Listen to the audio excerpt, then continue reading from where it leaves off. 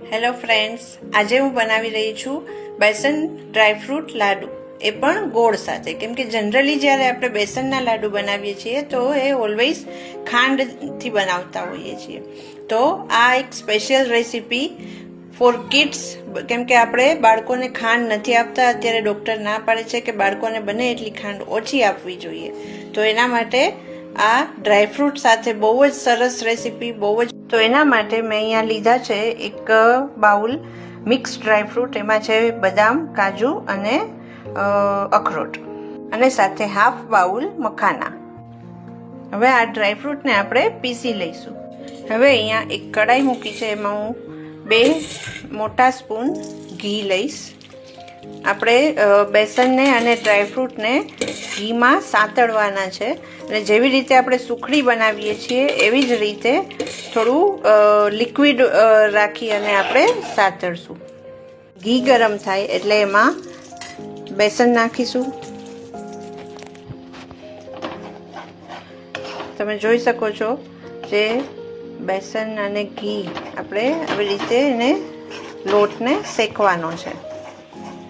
હવે આપણે લોટની સાથે સાથે એમાં ડ્રાયફ્રૂટનો જે પાવડર કરીને રાખ્યો છે એ પણ જોડે આપણે શેકવાનો છે. ઘીમાં સરસ સતળાઈ જાય એટલા માટે હવે આપણે એમાં નાખી દઈશું ડ્રાયફ્રૂટનો પાવડર. હું આમાં બેસન અને ડ્રાયફ્રૂટની જે ક્વોન્ટિટી છે એ હાફ રાખું છું, કેમ કે મારી ડોટર છે બિલકુલ ડ્રાયફ્રૂટ ખાતી નથી.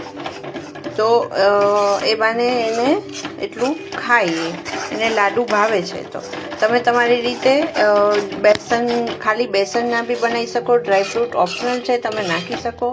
અને તમારે ના એડ કરવા હોય તો પણ ચાલે, અને ઓછી ક્વોન્ટિટીમાં નાખવા હોય તો પણ તમે એ રીતે બનાવી શકો. આને હવે આપણે એકદમ મસ્ત શેકાઈ જાય, આમ લોટની સ્મેલ આવે અને કલર થોડો ચેન્જ થઈ જાય ત્યાં સુધી શેકવાનું છે.